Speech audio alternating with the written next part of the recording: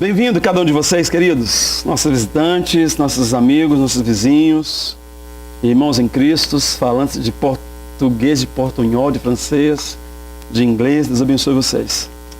A igreja é luz para as nações, então ela não pode falar só português, não. Ela tem que falar pelo menos umas 3 línguas por culto. Gênesis 15, de 1 a 8.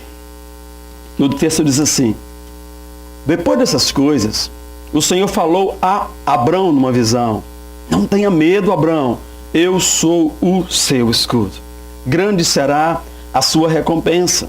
Mas Abrão perguntou: ó soberano Senhor, que me darás se continuo sem filhos? E o herdeiro que possuo é Eliezer de Damasco.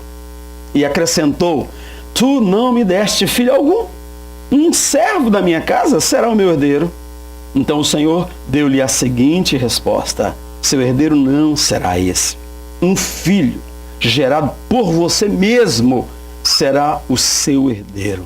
Levando-o para fora da tenda, disse: olha para o céu, conte as estrelas, se é que podes contá-las. E prosseguiu: assim será a sua descendência. Abraão creu, e isso lhe foi creditado como justiça. E disse-lhe ainda: eu sou o Senhor que eu tirei de Ur dos caldeus para lhe dar essa terra como herança. Perguntou-lhe Abraão: Abrão, ó soberano Senhor, como posso saber que tomarei posse da terra? Assenta, por favor. Glória a Deus. De volta à promessa.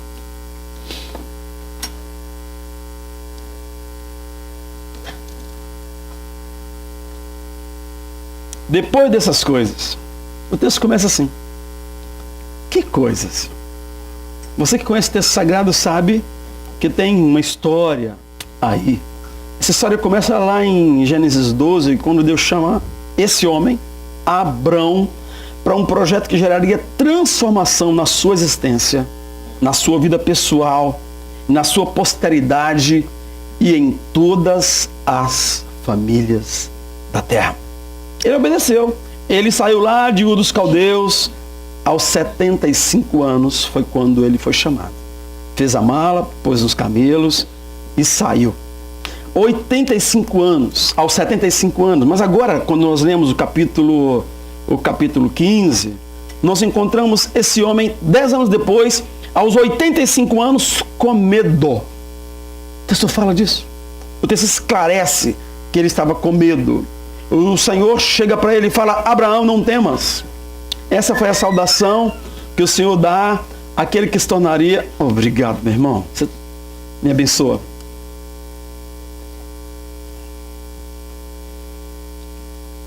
Desculpem. 85 anos depois, então, esse homem tem medo e a saudação do Senhor é: não temas, porque ele estava para se tornar o pai da fé.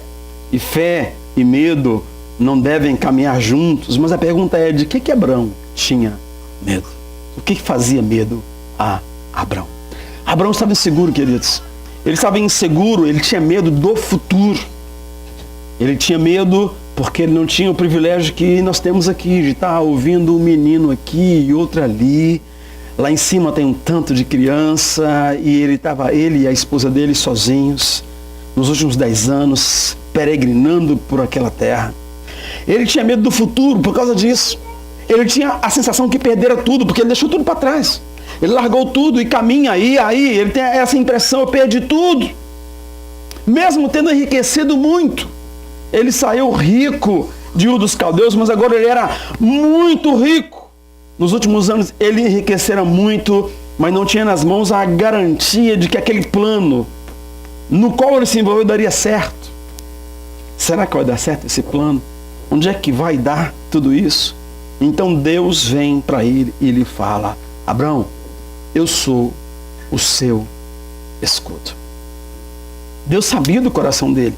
Deus sabia o que ele precisava. E essa palavra, eu sou o seu escudo. Afinal, Abraão tem esperado em Deus naqueles últimos 10 anos, mas agora, nesse momento, ele tem medo.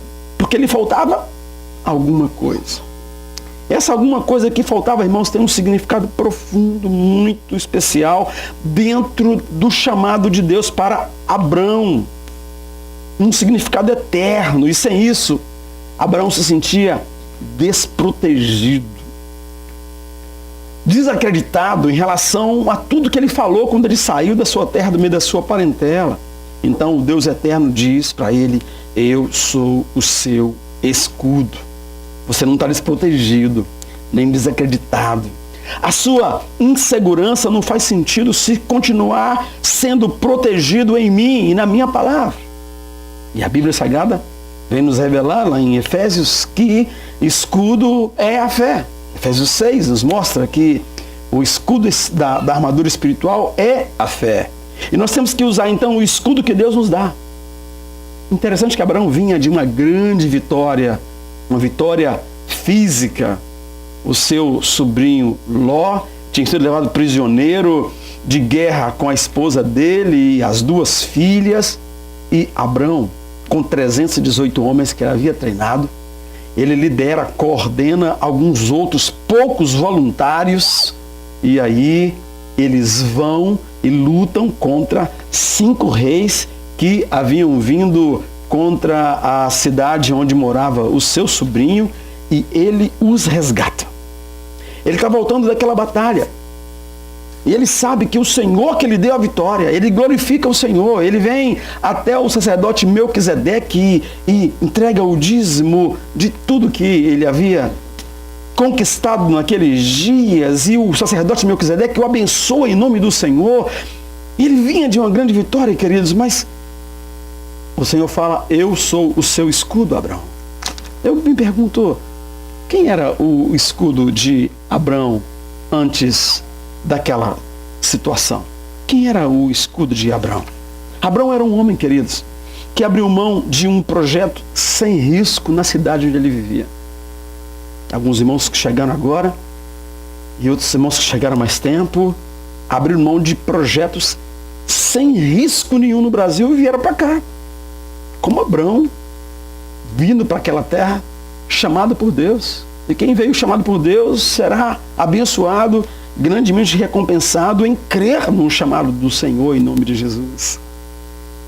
Abraão então larga um projeto seguro. Ele estava com o seu pai na indústria da construção de ídolos. Não tinha projeto mais seguro do que aquele. Esse sempre foi um negócio rentável ao longo da história.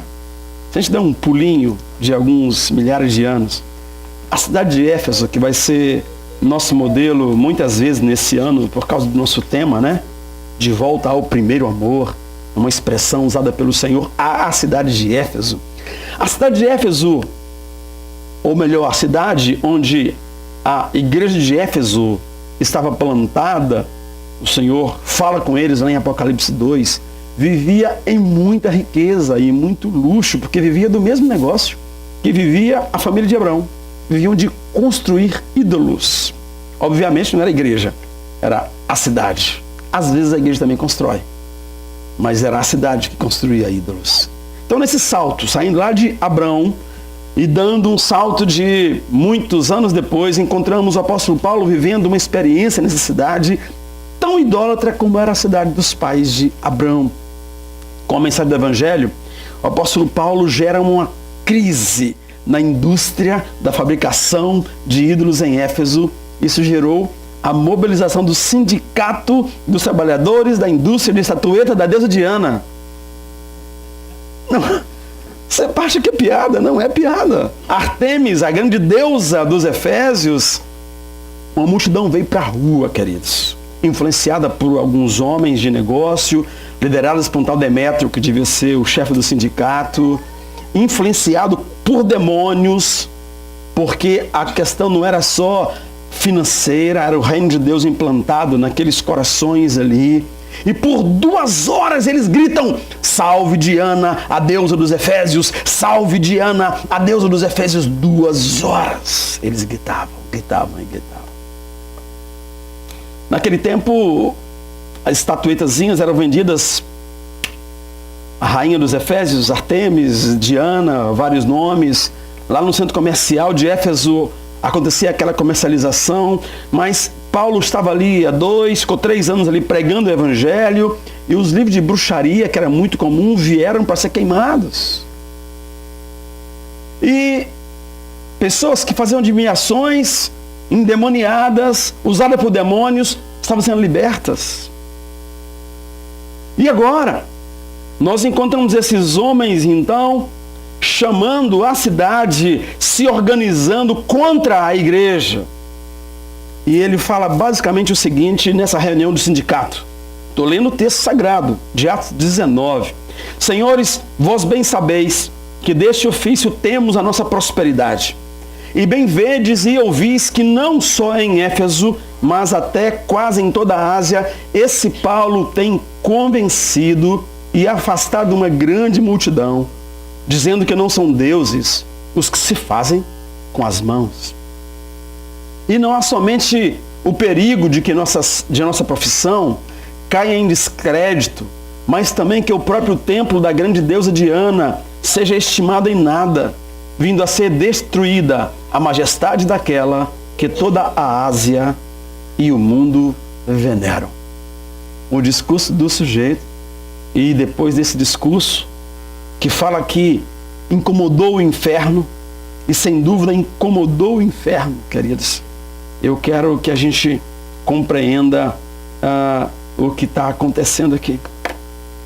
Foi a proposta de Satanás ao homem no Jardim do Éden, foi de tornar-se um Deus, de ser como Deus, de conhecer como Deus.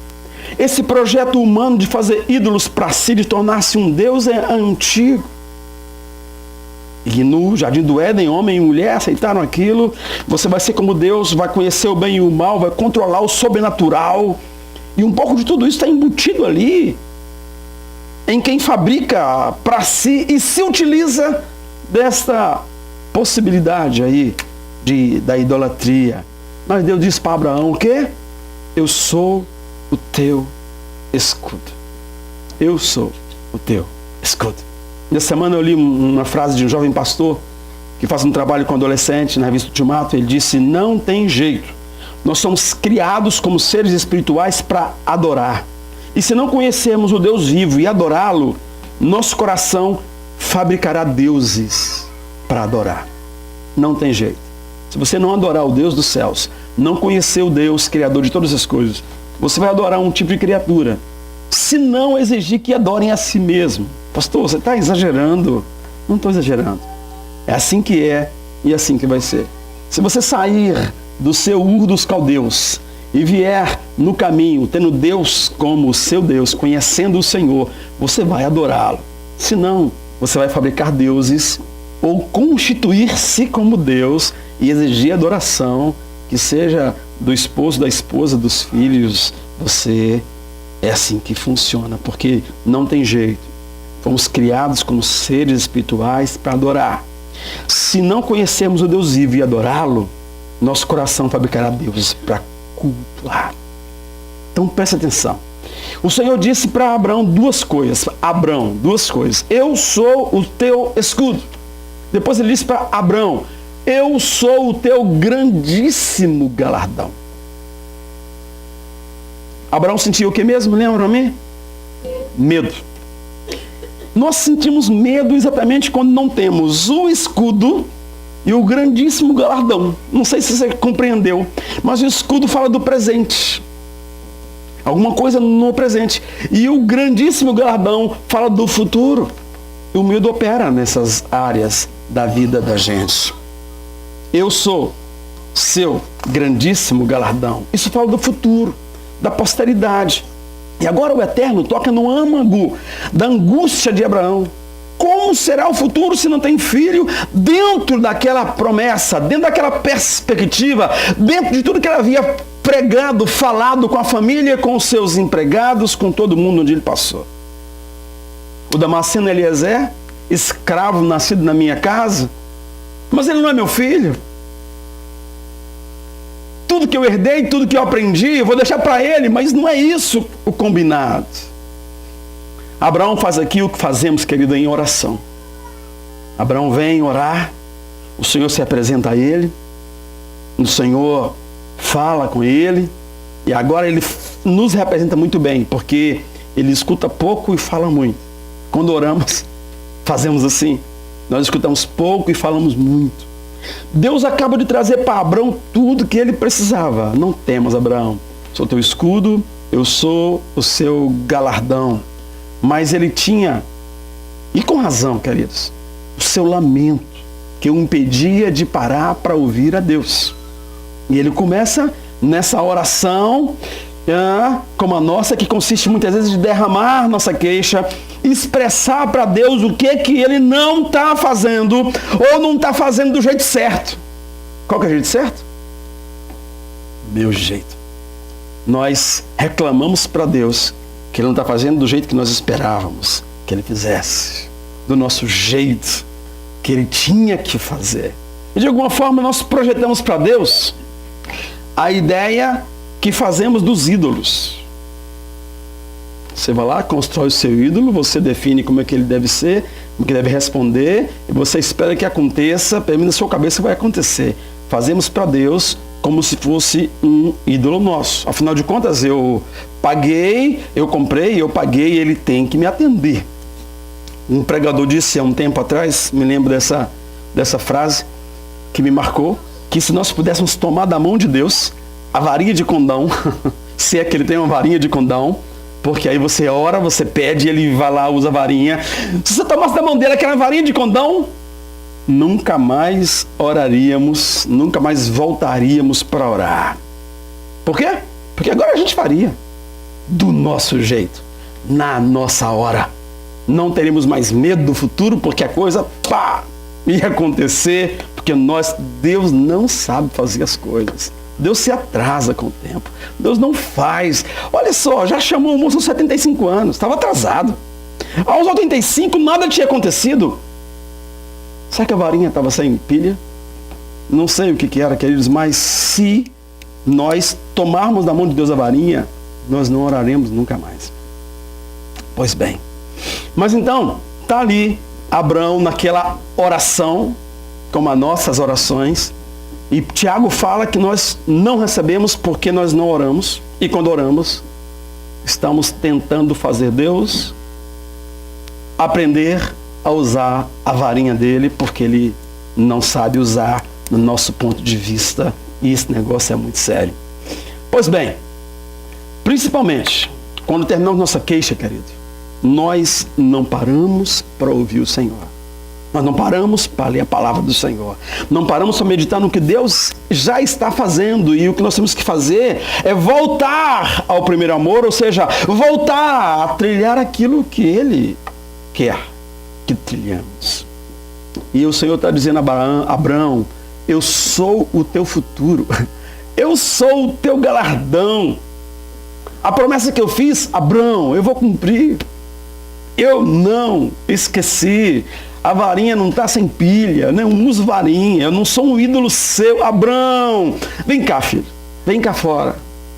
Olha para cima. Ele olhou. Conta as estrelas. Senhor, não dá para contar. Assim será a sua posteridade. Mas Abraão olha para si mesmo. O corpo murcho, fala, Senhor, como? Como que eu vou herdar essa terra? Queridos, não sei se você enfrenta alguma coisa parecida com isso, mas o Senhor fala para Abraão, restaurando a sua fé, porque a fé se move no presente. Eu sou o seu escudo, Abraão, e a fé fortalece a promessa do futuro. Eu sou o seu galardão, Abraão.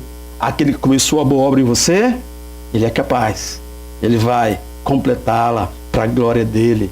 Louvado seja o nome do Senhor. Mas nós vamos seguindo na história, e você que seguiu a leitura bíblica nesse período, passou pelo cumprimento da promessa. A história se prolonga por mais 13 anos. 13 anos depois, Deus aparece de novo, e ele já tem 99 anos, e Deus dá alguns detalhes, aparece um ano antes do cumprimento da promessa, um ano depois, com a fé fundamentada, mais experimentado, caminhando com o Senhor de volta ao primeiro amor. Porque o que importa não é o que você vai receber, é o Deus que você vai conhecer. É isso que importa. Aos 99 anos, então, Abrão tem um filho e entende que ele precisa ensinar esse menino, que seria uma grande nação, como as estrelas do céu, que ele não pôde contar, a esperar no Deus que viria a terra através dele, a esperar no Filho de Deus que viria através desse filho, através dessa geração.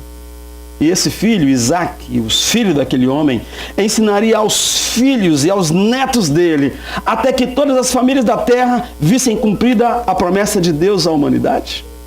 Lá em Gênesis 3, no capítulo 15, nasceria um da semente da mulher que esmagaria a cabeça da serpente. Essa promessa, feita ao homem, macho e fêmea após o pecado, em Gênesis 3, e vai se cumprir passando por Abrão, que tinha que conhecer o Senhor. A história com o nascimento dos filhos, ela é preciosa, principalmente os filhos homens. Imagina o Benjamim, que foi o último nascido aí, né? Os filhos homens eram esperados por causa da promessa de Gênesis 3,15. A semente da mulher vai esmagar a cabeça da serpente. Adão e Eva pensaram que seria Caim. Quando Caim nasceu, esse sujeito nos levará de volta para o jardim. E o nome de Caim expressa isso, o desejo de voltar para o jardim. Só que a restauração de todas as coisas não aconteceu. Aquilo que era visível, que perderam com o pecado, as perdas visíveis, palpáveis, mas principalmente as perdas espirituais, emocionais e eternas, eles esperavam de volta em algum filho que eles tivessem. Mas Caim, queridos, manifesta a queda, não a promessa. Caim manifesta a maldade humana que veio da queda.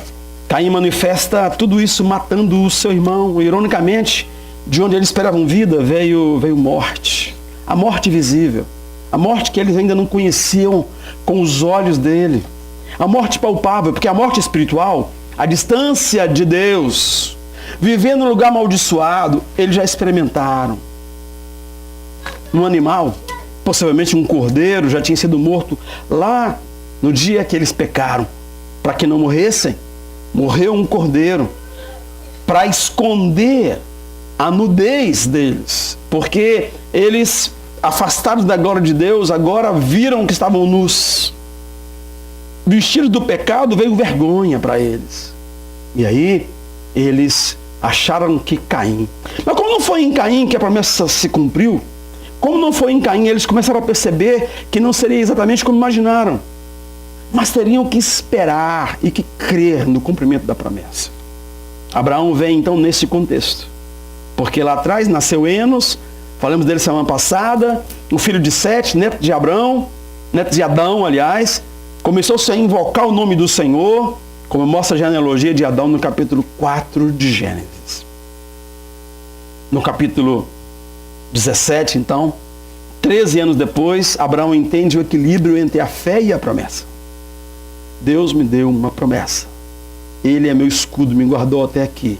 E agora, o escudo dele, a promessa cumprida, continua apontando para o futuro, para o galardão, para um projeto de Deus que ainda estava em processo e nós temos que aprender isso.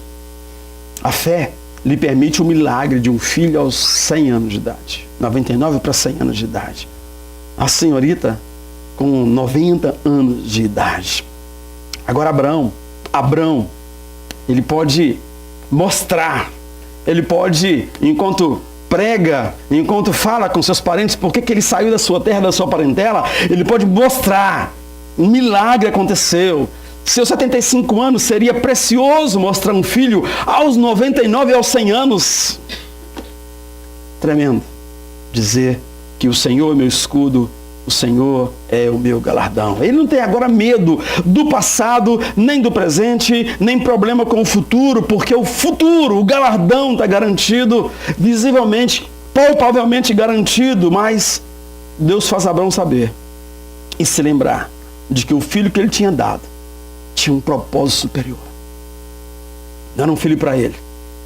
Nesse filho, na sua descendência, todas as nações, as famílias da terra serão abençoadas. Era para abençoar as famílias da terra, as nações da terra. E ali Deus mudou o nome dele, de Abrão para Abraão, pai de muitas nações. Nesse sentido espiritual, querido, nós somos filhos de Abraão. Ele deu uma ordem em relação aos seus filhos. O filho de 8 dias será circuncidado. Todo homem nas vossas gerações futuras, todo filho homem será circuncidado, o nascido na casa e o comprado por dinheiro. A qualquer estrangeiro que não for da tua descendência será também circuncidado. No sentido espiritual, todos somos circuncidados em Jesus.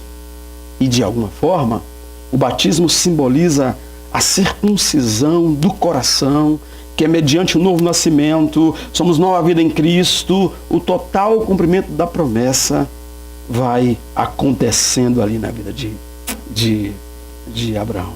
Deixa eu ver se eu deixo vocês para trás. Deixei não. Muito bem. O que faltava a Abraão? Um filho.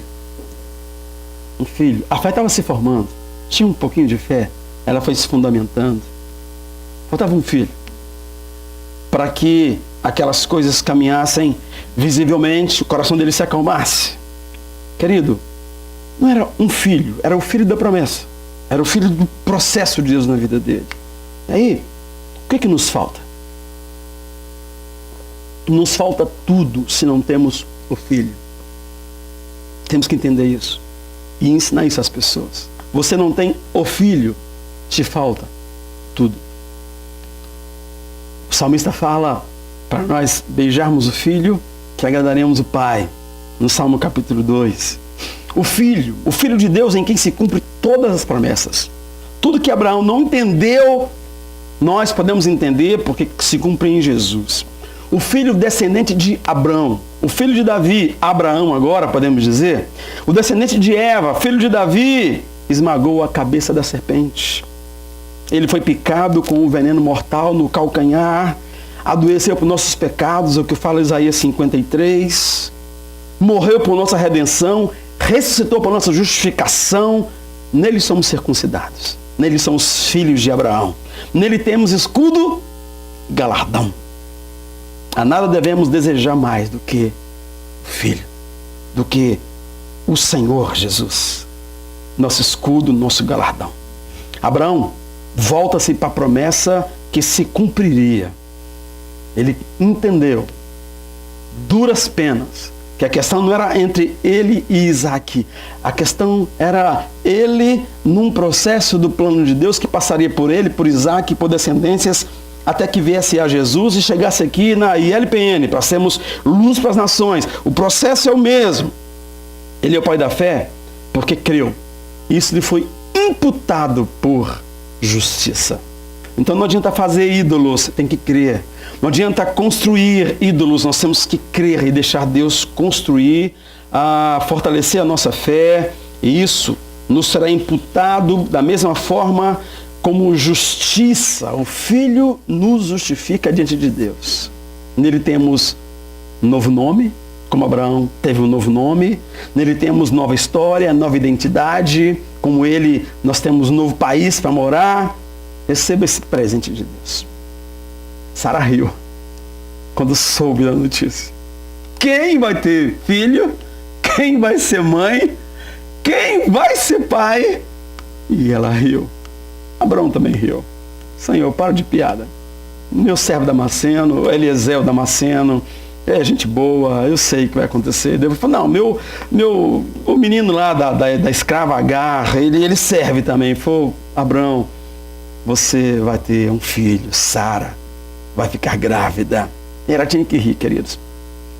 Seria muita alegria para ela. Engravidaria, daria de mamar um bebê, teria a vida renovada no filho. E é seu direito também. Receba o Filho de Deus e sorria. Receba o Filho de Deus e seja cheio de alegria. Volte para as promessas de Deus e sorria. Sua vida nunca mais será a mesma quando a promessa te alcançar. Não foi Abraão que alcançou a promessa, foi a promessa que alcançou Abraão. No Filho de Deus temos escudo e promessa. No Filho de Deus temos a garantia do presente e do futuro. No Filho de Deus temos a vida eterna e podemos buscar conhecer o Pai, porque é isso que importa. Ele é o meu refúgio, Ele é meu escudo, Ele é meu galardão. Deus continua, queridos, em busca de cada criatura que se perdeu por causa do pecado, oferecendo a eles o Filho. Deus amou o mundo de tal maneira que deu o seu Filho unigênito para que todo aquele que nele crê não pereça, mas tenha a vida eterna. Vamos ficar de pé.